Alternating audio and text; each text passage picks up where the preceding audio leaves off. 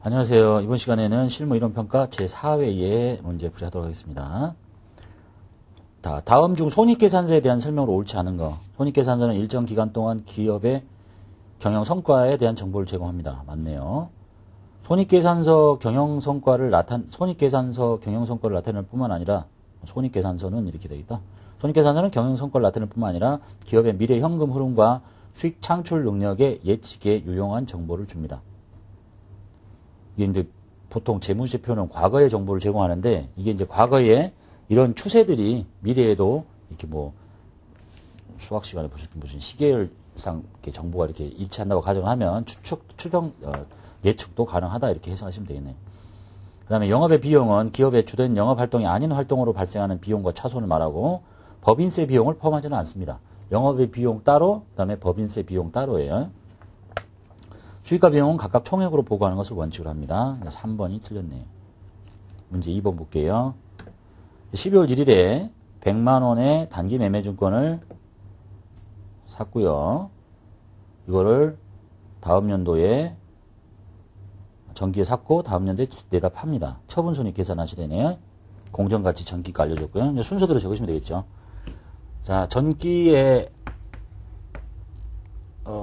12월 1일에 취득을 했죠. 취득 시에는 100만 원이니까 단기 짧게 쓸게요. 단기 매매증권 100만 원, 뭐 현금 줬다고 할게요. 그럼 이렇게 나갔겠지. 그 다음에 요 전기 12월 31일에 공정가치가 90이야. 100인데 90 됐으니까 단기 매매증권을 10만 원 줄여주면 되겠죠. 여기는 평가 손실. 단기 매매증권 평가 손실 10만 원. 오케이. 지금 이제 90짜리죠. 자, 그런데 올해 내다 팝니다. 80만 원에 내파네요. 단기 매매증권을 얼마를 줄이면 되겠어요? 90을 없애면 이제 100이 다 없어졌겠지? 그 다음에 돈은 뭐 자산 받았다 치고 80. 이게 뭐야? 90짜리가 80을 팔았네요. 여기 손실 10만 원 생기면 되겠네요. 단기 매매증권 처분 손실 10만 원. 3번 보겠습니다. 차량 운반구를 전기에 65만 원에 취득했네요. 그리고 이 차량의 잔존가치는 5만 원이고 내용연수는 5년인데 정액법을 쓰고 있습니다. 감가상각은. 그 다음에 단기 9월 30일 날 이 차를 40만 원에 내다 팝니다. 유형자산 처분 손익은 얼마냐? 자, 전기에 샀을 때 이렇게 됐겠죠. 차량 운반구가 65만 원에 취득을 했을 것이고 그럼 이제 전기 말에 감가상각을 했을 거 아니야? 그럼 여기 감가상각 누계액이 얼마가 붙어 있는지를 알아야 되겠죠. 감가상각비 계산할게요. 정액법이라고 그랬죠. 65만 원 빼기 잔존가치는 5만 원, 60만 원이네요. 나누기 내용연수는 5년. 그러면 감가상각비는 12만 원 나옵니다. 그럼 전년도 1월 1일부터 취득했으니까 12달치 12만 원이 여기 이렇게 붙어 있을 것이고 그랬겠죠? 그리고 단기에 9월 달에 팔아요. 그러면 내가 1월 달부터 9월 달까지 갖고 있었으니까 여기까지 먼저 감가상각을 해야 돼요. 똑같죠? 65만 원 마이너스 잔존가치 5만 원 나누기 내용연수인데 이건 1년치니까 곱하기 12분의 9달을 계산합니다. 이거 계산하면 9만 원이에요. 9만 원만큼 감가상각비, 감가상각 누계액 했을 테니까 여기 감가상각 누계액이 9만 원이 더 더해져가지고 21만 원이 될 겁니다. 이렇게. 그럼 이제 이게 장부가액이 얼마짜리냐면 44만 원짜리예요. 44만 원짜리를 얼마에 팔았다고? 40만 원에 팔았대요. 그러면 4만 원만큼 손해난 거지. 이거 꼭 이제 분개를 해보면 차량, 운반구 65 빼고 처분 시까지 감가상각을 반영한 감가상각 누계액 21. 이게 얼마짜리니까? 44만 원짜리니까. 현금이라는 무슨 자산 받고 40. 그러니까 벌어진 차이가 44짜리를 40에 팔았으니까 처분 손실 생기겠네요. 손실 4만 원. 이렇게 하시면 되겠습니다. 꼭 이 분개하지 않아도 요것만 알아내면 되는 거잖아요. 장부가에 44만 원짜리 40만 원 팔았으니까 손해난 거지. 4번 보겠습니다. 자, 실질재고조사법에 의해서 기록된 3월 달에 매입 매출 자료를 선입선출법에 의해서 재고자산 3월 달에 3월 달 월말 재고와 매출 원가를 계산하래요. 선입선출법 봅시다. 먼저 들어온 게 먼저 팔리면 되지. 자, 3월 1일에 100개 있었고요. 3월 10일에 200개 들어왔고요. 3월 18일에 자, 250개가 출고가 일어나네요. 뭘 구하라 그랬지? 매출 원가 구하라 그랬죠? 250개 나가는데 이것의 단가가 그럼 어떻게 될 거냐? 제일 먼저 있던 거예요. 100개는 얼마가 팔렸다고 보는 거예요? 200원짜리가 팔렸다고 보는 거고요. 플러스 나머지 150개는 얼마짜리가? 바로 3월 10일에 사온 300원짜리가 팔렸다고 보는 거죠. 이렇게 계산하면 이게 매출 원가잖아. 65,000원이 판매된 금액의 원가입니다. 그러면 기말 재고는 뭐야? 월말 재고는 남아있는 거. 여기 100개 제일 꼭대기에 있던 월초 재고하고 여기서 150개 날라갔으니까 요것이 지금 50개 남아있잖아요. 월말 재고는 50개는 저기 300원짜리가 남아있는 거고 플러스 나머지 100개는 350원짜리가 남아있는 거죠. 제일 마지막에 들어온 거. 요 두 개를 곱하면 이게 5만원입니다. 그래서 월에 매출된 것의 원가 65,000원. 그 다음에 남아있는 것의 재고는 5만원짜리. 이렇게 보시면 되겠네요. 자, 5번 보겠습니다. 자, 수정전 시산표의 일부에요. 결산 정리 사항이 다음과 같다라고 밑에 결산 정리 사항이 있네요. 매출 채권 잔액에 대해서 10%의 충당을 설정합니다. 자, 요걸 설정하고 나서 손익계산서에 매출 채권에 대한 대손 상각 비가 얼마냐? 손익계산서에 갈 대손 상각 비. 자, 채권 잔액 1억에다가 곱하기 대손을 얼마를 추정한다고 그랬냐면 10%. 그 중에 충당금이 남아있잖아요. 500. 이걸 빼. 그럼 이제 500만 원만 설정하면 되겠죠. 이렇게 500이니까. 그럼 뭐라고 해요? 여기다가 대손 상각비 줄여서 쓸게요. 500. 대손 충당금 500.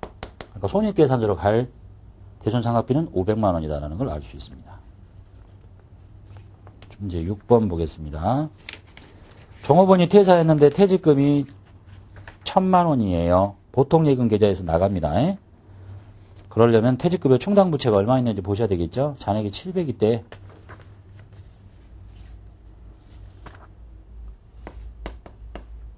아니지.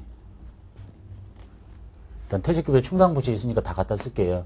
퇴직급여 충당부채 퇴직금은 1000, 충당부채는 700밖에 없으니까 있는 거 다 갖다 씁니다. 그리고 돈은 보통예금에서 1,000만 원이 나가네요. 부족한 거를 이제 뭐라고 처리해야 되겠어요? 퇴직급여라고 처리합니다. 비용 처리합니다. 300. 자, 그래서 요거는 부채예요. 부채가 감소했네요. 요거는 비용이고, 비용. 자, 지문 살펴볼게요. 자산이 증가했습니까? 자산 나갔잖아. 자산 감소. 그 다음에 부채가 줄었죠. 맞네요. 자본금은 아무 상관없습니다. 이익잉여금, 자, 이게 비용이 생기게 되면 비용이 늘었다는 얘기는 순이익이 줄어드는 거죠. 그만큼 이익잉여금이 줄어듭니다. 이로 인해서 뭐가 줄어들겠어요? 자본이 줄어들 수는 있어도 자본금이 움직이지는 않습니다. 되셨죠?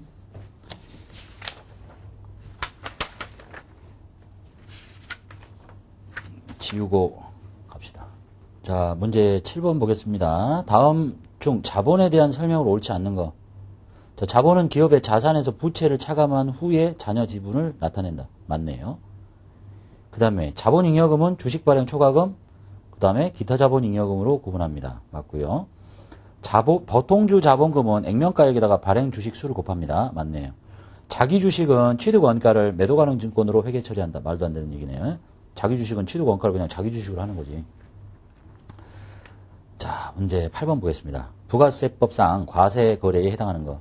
상품의 할부 판매, 물건 팔고 돈을 나눠 받는 거예요. 당연히 과세 거래겠죠. 사업의 포괄량도 과세, 재화의 공급으로 보지 않습니다. 근로 제공은 용역이 공급이 아니겠고, 그건 과세 대상이 아니고, 재화 담보 제공도 아닙니다. 자, 해설해 보시면, 재화의 공급으로 보지 않는 경우, 이렇게 정리 한번 하고 갑시다. 자, 이런 것들은 재화의 공급으로 보지 않습니다. 공급으로 보지 않는다. 첫 번째가 간단하게 제목만 보고 가시면 되겠죠. 담보 제공. 두 번째가 사업을 양도. 다른 말로 사업을 포괄적으로 넘기는 거. 포괄량도. 세 번째가 조세를 물납. 조세를 내 물건으로 내는 거예요. 물납. 조세 물납. 네 번째가 법에 따른 공매나 경매예요. 일반적인 경매가 아니라 법에 따른 공매, 법에 따른 경매. 이렇게. 그냥 경매는 공급이에요. 그 다음에 다섯 번째가 도시 및 주거환경정비법, 공익사업을 위한 토지 등 뭐 이러이러한 법에 따라서 어떠한 법에 따른 수용 절차에 따른 수용이에요. 그냥 수용은 공급인데. 그리고 재화의 소유자가 수용된 재화에 대한 대가를 받는 경우는 공급을 보지 않겠다. 담보 제공 이런 것을 공급으로 보지 않겠다. 담보를 제공하는 건 뭐야? 부가세는 소비세이기 때문에 상대방이 소비할 수 있는 지위에 있어야 이게 공급인 거지. 이 담보 제공하고 돈 빌려왔대요. 예? 그러면 그 상대방이 소비할 수 있겠어? 못하지. 그러니까 이거는 공급이 돼서는 안 되죠. 자, 사업을 포괄적으로 양도양수예요. 내가 하던 사업을 남한테 그대로 또 넘겨. 그러면 이거 공급이 되면 나는 이것을 걷어서 부가세를 내주고 쟤는 돌려받고 나라로는 뭐 실익이 없죠. 근데 그것 때문이 아니라 그러니까 예를 들면 한 100억짜리 회사를 인수하고 싶어요. 포괄적으로 통째로. 그럼 100억만 있으면 되는데 이게 공급이면 제가 인수 이렇게 떠넘긴 애가 부가세 내야 되니까 110억을 주세요. 그럼 10억이 없네요. 그럼 인수가 안 되잖아. 나라는 쟤한테 내가 걷어서 내주고 다시 돌려받을 거니까 무슨 아무 실익이 없잖아요. 그러니까 그냥 이렇게 사업 양도 양수가 좀 쉬워지려면 과세를 보지 않는 게 자금 압박이 적어지겠죠. 그 다음에 조세를 물건으로 낸다고요. 나라에다 세금을 내면서 세금을 부가세를 걷어가면 현실적으로 국가에다가 부가세를 걷어낼 수 있겠어요? 조세 물납하지 않습니다. 그 다음에 공매, 경매. 법에 따른 공매, 경매를 하면 이 사람이 이제 경매를 당한 사람 입장에서는 거의 파산 직전인 사람이죠. 이 사람이. 파산 직전이니까 공매나 법에 따른 경매를 할 거 아니야. 근데 이게 공급이 되면 상대방으로부터 이제 돈을 받겠죠. 경매 낙찰자한테. 부가세 다 걷었다. 그럼 이게 내고 얘는 돌려주면 좋겠는데 얘들은 돌려달라고 하는데 얘는 낼 게 없어. 파산하는 애가 돈이 어디 있겠어. 뭐 1순위 채권자가 이렇게 다 뜯어가니까 그래서 안 되겠구나. 나라가 손해를 보니까 원래는 공급으로 봐야 되겠지만 공급을 보지 않습니다. 그 다음에 어떠한 법에 따라서 수용 절차에서 수용을 하면 공익사업을 위해서 철거되는 거니까 그런 점을 감안해서 공급으로 보지 않겠다라고 보시면 되겠네. 여기 이렇게 5개. 그 다음에 문제 9번 보겠습니다. 부가세법상의 영세율 적용 대상, 영세율 배우셨죠? 국내 여객 운송 아니에요. 국외. 국내에서 국외로, 국외에서 국외로, 국외에서 국내로. 이렇게. 이게 영세율이에요. 그러니까 비행기 타고 외국 나가면 영세율인데 비행기 타고 제주도 가면 영세율 아니에요. 과세입니다. 수출하는 재와 영세율 맞고요. 토지의 공급 면세입니다. 해외건설공사 영세율입니다. 그래서 나와 라가 영세율입니다. 10번 보겠습니다. 부가세법상 공급 시기. 잘 나오는 문제인데요. 세금계산서는 공급 시기에 교부하는 게 당연하겠죠. 예외도 있지만. 그 다음에 중개 무역 방식의 수출에 대한 공급 시기는 선적일 맞습니다. 비행기 실물 기적일. 통상적인 용역의 공급 시기는 영무의 제공이 완료된 때입니다. 그 다음에 외상 판매 공급 시기는 대가를 받기로 한 때가 아니라 물건 외상을 팔았다고요? 인도한 때입니다. 또는 이용 가능하게 된 때. 4번이 틀렸네요. 자, 그래서 이번 시간에는 재화의 공급에 대해서 시기를 정리합시다. 재화의 공급 시기. 첫 번째 원칙. 일반적으로 원칙은 자, 이 물건이 이동이 가능하냐?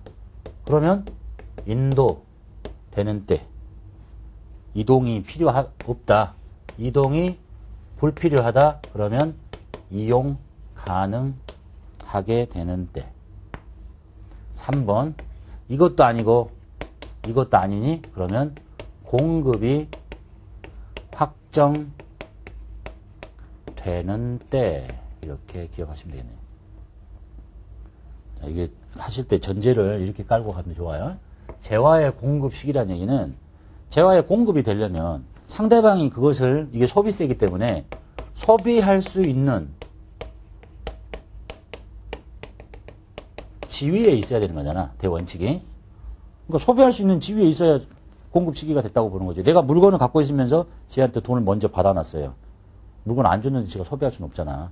그래서 이 물건이 움직이는 거면 물건 줬을 때가 돈은 언제 받든 상관없이 공급 시기인 거고 이 물건이 이동이 불필요해요.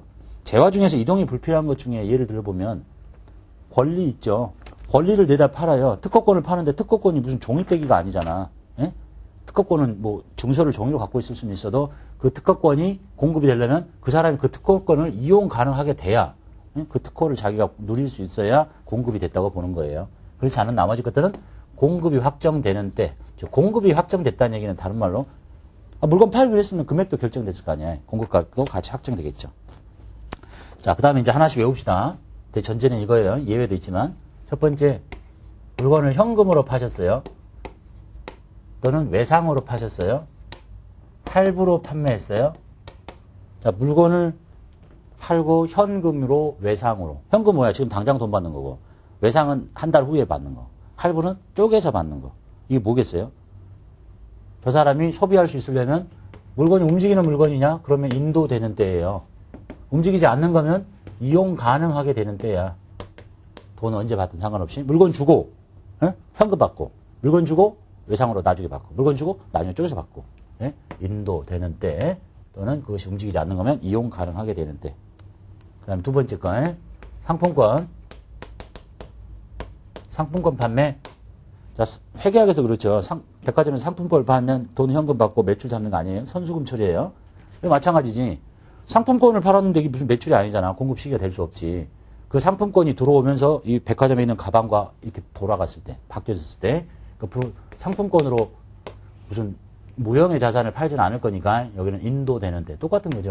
물건 줬을 때야. 그래야 상대방이 소비할 수 있는 거니까. 재화의 공급으로 보는 가공. 재화의 공급으로 보는 가공이 뭐예요? 상대방으로부터 인형 몸과 팔을 받아가지고 눈을 받아서 내가 여기다가 주요 자재의 전부 또는 일부를 투입해가지고 꿰매서 줘요. 줘야 얘가 그걸 갖다가 내다 팔든지 뭘 할 거 아니야. 그러니까 이것도 인도되는 때가 맞겠죠. 그래야 소비할 수 있는 지위가 될 테니까. 그 다음에 네 번째, 반환 조건부.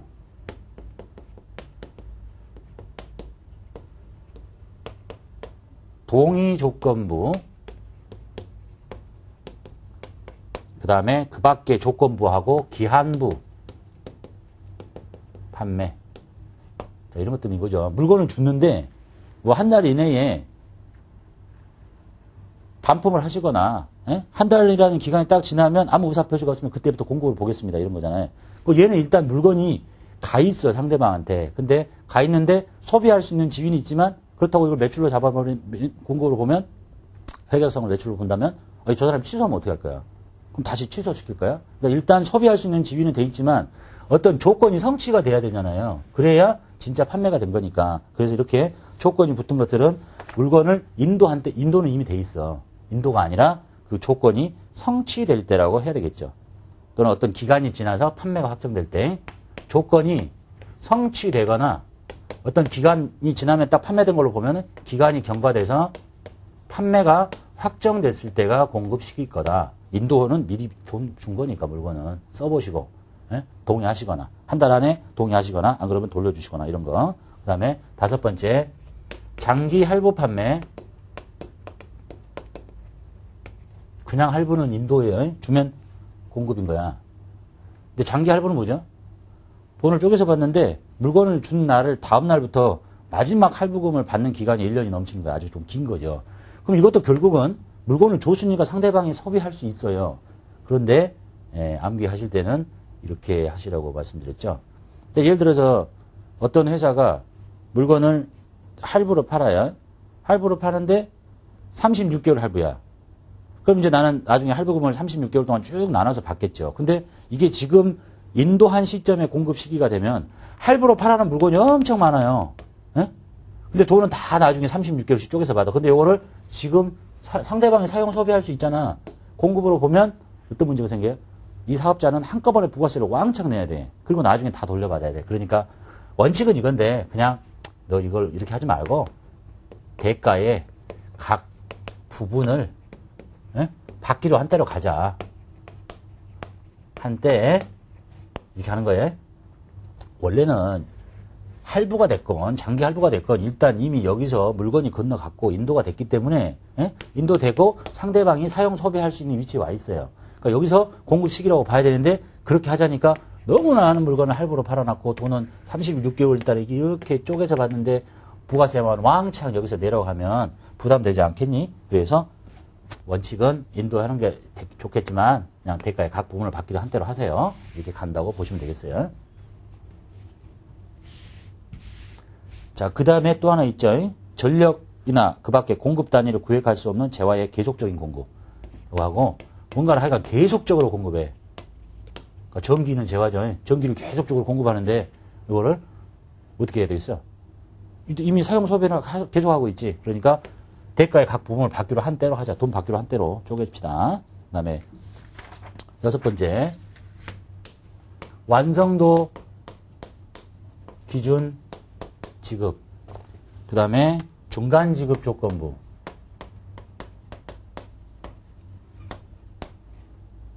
이것도 대가의 각 부분을 받기로 한 때. 완성도 기준은 뭐예요? 이렇게 있는데, 뭐, 여기까지는 올해 20% 완성됐고, 여기까지 20% 완성됐고, 나머지 뭐 60% 완성됐습니다. 그러면 여기 완성된 만큼 여기서 돈을 받고, 여기서 돈을 받고, 여기서 돈을 받고, 결국 물건은 여기에 있을 거예요. 이제 다 완성이 되면 재화가. 그럼 사용 소비할 수 있는 위치는 딱 물건이 다 만들어져야 할 수 있잖아. 원칙적으로 보면. 예? 그런데 요때로 하지 말고 그냥 대가 각 부분을 받았잖아. 예? 요때가 공급 시기, 요때가 공급 시기, 요때가 공급 시기라 이렇게 보는 거예요. 그리고 중간 지급 조건부는 계약금, 중도금, 잔금, 최소한 이렇게 계약금과 잔금을 사이에 한 번은 쪼개는 거예요. 그게 1차, 2차 몇 번인데 상관없이. 그리고 여기서부터 여기까지 기간이 6개월 이상인 경우를 중간 지급 조건부 공급이라고 그래요. 그러니까 계약금 한번 받고, 중도금 한번 받고, 잔금 받고 여기서 물건을 주는데 원래는 여기 와 있어야 사용 소비할 수 있는 거잖아. 근데 그러지 말고 이렇게 각 받을 때마다 이렇게 공급으로 봅시다. 라는 게 중간 지급 조건부 공급입니다. 됐죠? 자, 그 다음에 나머지 것들은 이제 조금 외우기 쉬우니까 자가 공급 8번 빼고 자가 공급, 개인적 공급 자기 물건 자기 사업을 위해 쓰거나 개인적으로 쓰는 것은 이것을 사용, 소비하는 때예요. 사용, 소비되는 때, 그 목적으로 쓸 때. 우리 회사 뭐 롯데제과에서 12월 말에 직원들한테 음료수를 한 박스씩 줬다. 뭐예요? 개인적 공급이잖아. 그러면 사용, 소비가 됐다는 거지. 이 음료수를 직원이 마시고 지구상에서 사라지는 날이 아니라 그거 언제 먹을 줄 알겠어? 그걸 신고하라 그러면. 그래서 그 용도로 썼을 때인 거예요. 응? 사용, 소비될 때가 공급 시기예요. 그 다음에 판매 목적 타사업장 반출이 있죠. 이것 중에 하나가 들어있죠. 판매 목적으로 자기의 다른 사업장으로 보냈을 때는 공급 시기를 언제로 볼 거냐. 이렇게 물건 내에 보냈을 때 반출. 그럼 구체적으로 나오는 거죠. 그 다음에 사업상 증여. 거래처에 공짜로 쓰라고 줬어요. 언제 하겠어? 중요한 날이겠지. 아주 예전엔 이 표현이 다 여기에 합쳐져 있었어요. 사용 소비되는 때 그 용도로 썼을 때, 거래처에 공짜로 줬을 때, 그게 사용 소비되는 때잖아. 근데 좀 더 구체적으로 반출할 때, 증여했을 때로 나와 있네요. 그 다음에 폐업할 때 남아있는 잔존재화는 자기가 자기한테 공급을 한 거죠. 어? 근데 그 소비는 이제 그 이후에 일어날 텐데, 폐업을 하고 나면 그 이후에는 사업자가 아니니까, 이거는 폐업일로 땡길 수밖에 없네요. 폐업일로. 폐업시 잔존재화는 폐업일. 그 다음에 무인 자동 판매기, 자판기죠. 자판기에서 손님들이 커피를 빼먹을 때가 공급 시기인 거예요. 근데 일일이 그걸 어떻게 다 체크하겠어. 그래서 그냥 집주인이 자판기에서 돈을 이렇게 꺼낼 때, 그때를 공급 시기로 보겠다라고 되어 있네요. 그 다음에 수출의 경우, 자, 내국 물품을 외국으로 보내요. 이것도 간단히 봅시다. 내국 물품을 외국으로 보내요. 요거는 배에다 실은 날이에요. 선적일. 비행기다 실은 기적일. 그 다음에 중개무역 방식의 수출은 이렇게 한다고 했었죠. 여기 물건 이렇게 갔다가 이렇게 오는 거잖아. 여기도 선적일, 기적일 이렇게. 그 다음에 원양업. 원양업이 배 타고 이렇게 갔다가 여기서 일본에서 누가 뭐 참치를 1만 톤 사겠대. 근데 이제 보세요. 이 원양에서 고기를 잡았는데 여기 일본에 가서 고기를 팔려고 여기다 배를 딱 붙여가지고 고기 사세요 하고 이렇게 넘겨줄 수는 없잖아. 이 큰 배가 거기 가서 고기 팔고 있겠어요? 누군가가 팔겠다고 공급이 확정이 되면 그때 가서 여기다 이제 인도해 주겠죠. 그래서 얘 같은 경우는 공급가액이 확정되는데 공급이나 공급가액이나 그렇게 암기하시고 여기서 싣고 가나 여기 하나 배에다 실어야 되니까. 그 다음에 위탁 판매 수출도 여기 있는 물건을 이쪽에 가다가 팔아주세요 하고 이렇게 하는 거예요. 그럼 원래라면 이제 이 사람한테 이 물건 내려보내고 얘가 이렇게 팔아줄 때가 했으면, 인도했을 때가 했으면 좋겠는데 요건 특이하게 공급이 확정되는 때라고 기억하시면 되겠네요. 공급가액이. 그 다음 외국 인도 수출. 외국 가서 쓰던 건설 장비 이렇게 팔고 와. 요거 인도하는 날. 그 다음에 위탁 가공무역. 여기 있는 사람이 이 사람한테 자재되고 기술력 돼서 여기서 팔아. 요것도 인도하는 날. 이 위탁 가공이고요. 그렇게 외우시면 되겠네요. 그 다음에 13번째. 사업자가 보세구역 안에서 보세구역 밖의 국내에 재화를 공급하는 경우에는 그 재화가 해당 재화의 수입에 해당할 때. 자, 이거죠. 이제 수입 중에서 그냥 이렇게 두는 건 수입인데 여기 보세구역을 딱 거친 것은 수입이 아니고 여기서 이렇게 꺼낼 때가 수입인 거예요. 그래서 이것의 공급 시기를 언제로 할 거냐. 이 보세구역 안에서 보세구역 밖의 국내에 재화를 공급하는 경우가 이게 수입에 해당할 때는 예? 이것이 수입이면 수입 신고일이라는 얘기네요. 신고일. 수입 신고 수리일. 그 다음에 14번째. 사업자가 폐업하기 전에 공급한 재화의 공급 시기가 폐업일 이후에 도래해요. 자, 폐업하기 전에 공급한 것이 이 뒤에 돌아오면 여기 사업자가 아니니까 요 날로 땡겨야 되겠죠. 그 다음에 마지막으로 위탁 판매를 해요. 내가 대신 팔아줘. 또는 대리인에 의해서 사고 팔아. 그러면 공급 시기는 그 위탁자 또는 대리인의 공급 시기를 따져요. 나를 대신해서 저 사람의 물건을 현금으로 판다, 외상으로 판다, 할부로 판다 그러면 다 인도일인 거지. 이렇게. 그런데 예, 공급은 내가 하는 걸로 봅니다. 내가 공급하는 걸로 보지만 그 공급 시기는 위탁자의 여기서부터 여기 봤던 내용을 기준으로 또는 대리인의 저 기준을 통해서 적용하더라라는 얘기입니다. 지금 여기 나온 이 공급 시기 한번 정리해드렸으니까 자주 나오겠죠. 문제 내기 굉장히 좋잖아. 뭐는 뭐냐 하니까. 그래서 대원칙은 소비할 수 있는 지위에 있어야 되더라. 예? 보통 다 인도겠지. 그런데 이런 경우는 이미 물건을 주고 어떤 조건이나 기한이 지나야 판매된 걸로 보니까 그 조건이 성취되는 게 맞겠죠. 장기 환불 판매도 인도가 주는 게 맞겠는데 이런 여러 가지 이유 때문에 대가의 각 부분을 받기로 한 때, 완성도, 중간지급도 대가의 각 부분을 받기로 한 때, 자가공급, 개인적 공급은 사용, 소비, 판매 목적 타 사업자 반출은 반출할 때, 사업장 증여는 증여할 때, 폐업 시 잔존자는 폐업할 때, 자판기에서는 돈 뺄 때, 그 다음에 여기 수출의 경우에는 보통 다 선적일, 이렇게 보시면 되겠네요. 자, 여기까지 하고 마치도록 하겠습니다.